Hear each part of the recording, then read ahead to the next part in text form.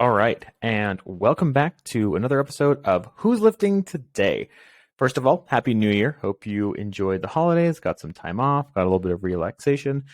Now that January is around, we're going to be talking a lot about New Year's resolutions. And for this episode specifically, I want to talk about a big limiting factor that starts people for starting their journey in the first place, but also for being consistent in their journey. And that's I don't have time. The regular excuse that happens all the time.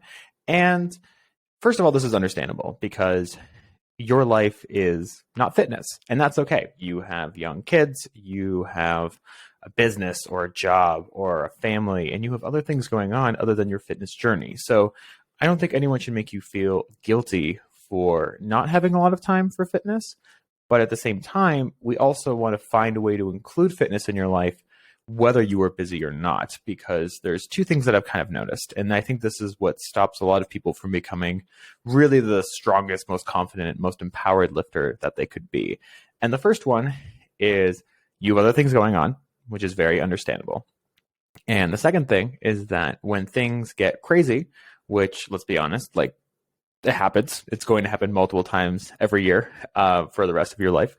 And fitness seems to be the thing that when people don't have time, they push to the side. Even if they do have time for it, there's kind of a combination of they have less time than they normally do, as well as they're just more stressed and they feel like they need to get rid of something to manage that stress. So even if like they have time to work out, they might still get rid of it because there's just so much stress going on. And this episode is going to kind of be about like, well, how do we fit fitness into our life year round? Because I don't really care how successful you are in January. I care a lot more about you being successful year round. And that's what we need to talk about in this episode. And I have a few things to make it a lot easier and what I think that makes it more realistic for your journey. And the first thing that we're going to be talking about is scheduling out your training. I think it's really, really important that just to say, I'm going to do it when I am free, or I'm going to make the time later. I think you really just need to look at your schedule and be like, when can you realistically train? And the key word here is realistically, because I don't want you following a 6-day a week program if you just don't have time for 6 days a week. Most of us don't. I don't train 6 days a week. I wouldn't expect you to train 6 days a week. So we need to be realistic with this schedule, that what is the amount of time you can realistically train? And we can always talk about like theoretical numbers. We can always talk about, how many, maybe 5 days a week is the most optimal if your life was entirely fitness, but your life is not entirely fitness. And we need to work around that. I think that's super, super important. Do you have, soccer practice in the evenings? Do you have family time on weekends, whatever that might be? Do you run a business and therefore during the hours of those business, the chances of you working out are going to be pretty low? We need to talk about what is the realistic schedule for your life, because I would rather you crush 2 days a week, 3 days a week of training, but you do it year round, regardless of how busy you are, than really try to push for 5, 6 days a week. And that's just not realistic for your life. Or you might only be able to sustain that for January. And then after January, it is unrealistic that you get through that. And I think we have to be realistic about it. I think if someone wants to see regular strength results, and this is what I've noticed with like the women that I work with in the Baddest Lifter program, that 3 days a week seems to be a good amount for a lot of people. If you have a busy schedule, 3 days a week for like 30 minutes, maybe 45 minutes, depending on what you're working on, and for your life, I think is a good amount that one, you can like actually see results. And two, it doesn't seem to get in the way of other things you want to do in life, at least not most of the time.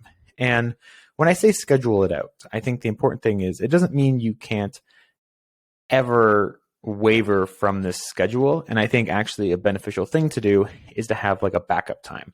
So you have your 3 times that you're trying to get scheduled out. Let's call it like Monday, Wednesday, Friday. And then maybe you have Saturday morning as like a backup if one of those Monday, Wednesday, Friday times didn't work out. Again, so like that way it allows you to be pretty consistent. And also like part of consistency is accepting that you will not be perfect, and that's okay. You don't need to be perfect. I'm not perfect. I would never expect you to be perfect in your schedule. This is something that you want to be able to attain 90% of the time, 85% of the time, more if you can. But if you miss a workout or you miss a week of training, that doesn't mean that you've like failed. We're trying to find a schedule that fits most of the time. And that it's going to, that there's no reason why you shouldn't be able to do this on a week to week basis most of the time. So I want to be very clear on that. So when you're scheduling it out, make sure it actually works. And so 3 days a week seems to work for a lot of people. If you can do 4 or if you can do 5, that's great. But I think 3 days a week is good to shoot for. If you're totally new to lifting and just starting your journey, I think aiming for twice a week is good. And then try and do that for like a couple months and then see if you can add a third day. Just because what I've noticed is that people can get stronger on 2 days a week, but the strength increases are slower. And I want you to like get the results. I want you to realize what a badass lifter you are, soon. I don't want you to, and 2 days a week, sometimes that takes a little bit longer to achieve. But 3 days a week, 30, 45 minutes tends to work for a lot of people, even 20-minute workouts. And we're going to talk about how to like make the workout shorter as well, because I know it's not just like how many days you can get in. It's also like, what is your time window? As an example, like if you have young kids, like your time window might only be like 15, 20 minutes. And I want you to have the best 20 minutes that you can, if that is the amount of time that you actually have. The second thing we're going to talk about is supersets. Now, if you've never heard of supersets before, it is basically the idea that you take one exercise and then you immediately go to the next exercise and then you take your rest period. So as opposed to doing one exercise and doing all those sets to completion. So exercise 1, rest period, exercise 2, exercise 1, rest period, same exercise for set 2, rest period, set 3, rest period, and then move to the next exercise. That's kind of like normally how it's done. But with supersets, you do exercise 1, no rest in between, exercise 2, then you take your rest period. And then you'll do sets 2 and sets 3 of those 2 exercises. So the first thing this lets you do is that it cuts down the amount of time that you're resting, which means it cuts down the amount of time that you're working out for, and you can still see benefits with that. What might happen in that scenario is you might have to lower the amount of weight that you are using separately just because you're doing one after the other, but you can still get stronger this way. You can still see results this way. I have women doing this now who they have a very busy schedule. They only have time for like 20, 30 minutes. And so we do a lot of supersets to mitigate that time and so that they can still get a really good workout, but it doesn't necessarily take a long time.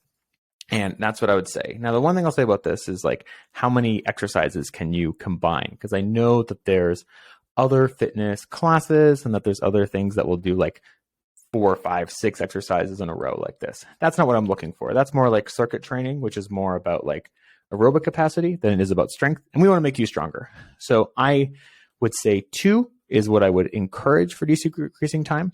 You can do 3. 3 is tough. And I would say if you do 3, that you're going to want to do like a longer rest period at the end. So let's say you normally rest for like a minute after your set. You're probably going to want to rest for like 90 seconds to even 2 minutes at that point, if you're really trying to combine all 3.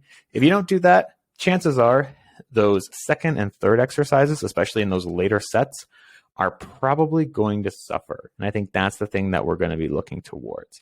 So we still want a good workout, even if we're trying to shorten the period of time. The third thing, and I think this is one that like isn't talked about enough, is you have to make it fun. Okay, so we can talk about motivation. We can talk about the grind, and like that's fine. And there's a lot of motivational fitness posts that are going to exist, especially in January. The truth is that like if you don't enjoy your workouts, it's probably not going to be consistent. I've seen people who they've done workouts that they didn't really enjoy, and they're able to stick with it for a period of time.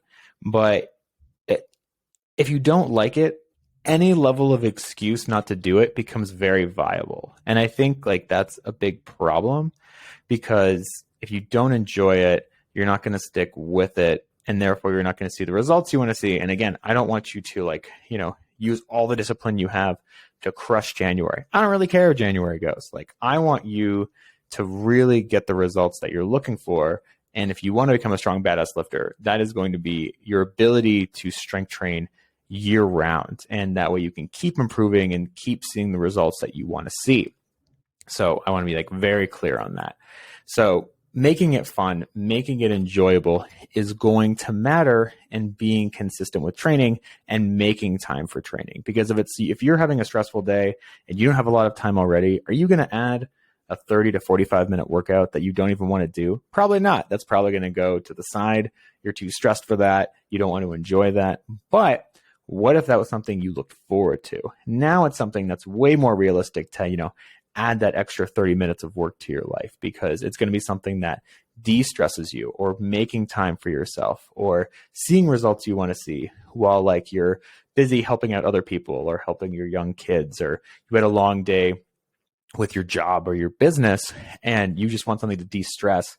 It's going to be way more likely you do a workout that like is fun and de-stresses you, as opposed to adding yet another, what it basically would be, errand to your day. So having fun with it is going to matter to your strength journey. I don't care like how disciplined you are. I don't care like the motivational posts or like grinding through, no pain, no gain. All of this is, I think, overrated and unrealistic. The people who stick with training year round are the ones who have figured out a way to enjoy it. And if you enjoy it, you're not really using like discipline. So making it fun, finding exercises you enjoy while working towards the goals that matter to you, that's going to matter way more. Now, one thing that can save time, and I think this is, this is probably the most costly, but also might be the most worth it, is getting a home gym. So what does that mean? Does that mean that I have to get squat rack, plates, leg machine, the whole bit in my basement?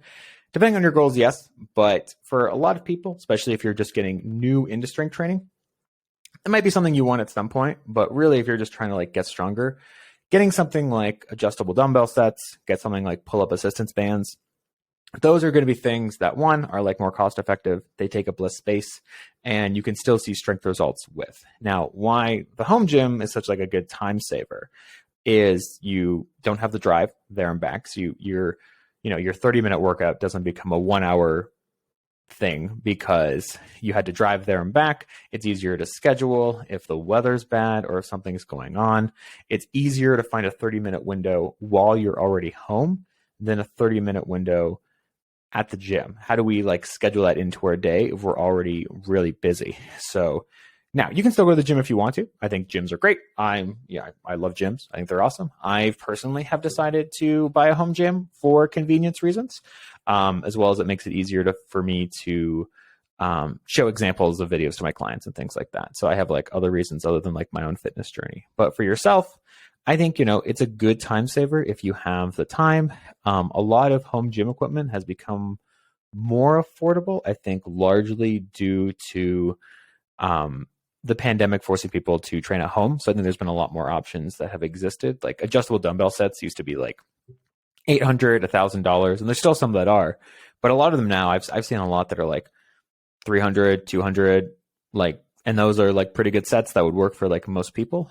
I think if you're going to train for strength at home, I would highly encourage you to get adjustable dumbbell sets that go up to at least 50 pounds, because even if you can't lift that yet, it's about setting up for your journey in the future. It's about like, what will your strength be? I think that's like the really important thing, is that like, it's not like, okay, I'm dumbbell rowing 20 pounds now, so all I need is up to 20 pounds. It's like, well, one day you're going to dumbbell row 30s or 40s or 50s. And so you want enough equipment that like, as you get stronger, your gym kind of keeps up with you. So I think home gyms are a really good idea for people who are like really busy. You can set it up in a way where it doesn't take up too much space, and you can put it in your basement. You can put it in your garage. And if you really are strapped for time, it's way easier to get a 30-minute workout in your basement than figuring out, okay, I got to drive to the gym, and then I got to change, and then I got to work out there, and then I got to come back, and I got to make sure I'm back in time to take the kids to school. And then like it's more complicated as opposed to the 30-minute workout you could just do at home. You're just setting yourself up for success. And if you do have to cut it short, it's way easier to do from the home setup than it is from the gym, as an example. So it removes some complications. I think it's great people are training at home. Again, if you want to train at home, like all the things I said before, those still apply. I just think adding the home gym aspect to it makes a lot of these even easier to do. And if it's in your budget, go into that as well. But I would say that like, if you're going to invest in equipment, make sure that you invest in like heavy enough equipment. And then go from there. I think as well, one thing that I've noticed is if you don't finish your workout, that's fine. It's still a workout. I think that's another thing that we should add on to here is that, like, if you have, let's say, 5 exercises and then something comes up and you only get through 3, that's still a workout. That still counts. And like life does come up. Sometimes things get crazy. Sometimes you have to cut it short for an unexpected reason. And that's all fine. But getting those 3 exercises in when you couldn't get all 5 in is still good. It still counts towards that. And you should still feel good about getting that workout in. Again, we don't want to strive for perfection if it causes us to lose consistency in our workouts. And I think like that's really important as well, and something to focus on is being okay with being imperfect is going to help you be more consistent in your training, which will make you stronger, see the results you want to see, feel like a badass, confident lifter. And this is something that I really focus on with like the women that I work with in the Badass Lifter program is, they're busy. They have other things going on. I don't really work with like high-end athletes anymore. There was a time I did that, but now I work with a lot of like moms who have like young kids and they're running their own business now and they have other things. Their life is not fitness. Okay. Their life is not totally dedicated around to the workouts that I make for them, which is fine. And this is going to be something that like we have to, the things that we've talked about, like, okay, let's schedule it out. What are 3 times during the week that we can actually get your workouts in that is realistic year round? We can talk about supersets, so that like 6 exercises is more like 3 big exercise, or not 3 doubles. And that means just less rest periods. And so your exercises take less time. We can talk about making it fun. So even when you do have a stressful day, you still want to go do the workout because it betters your day as opposed to being another errand.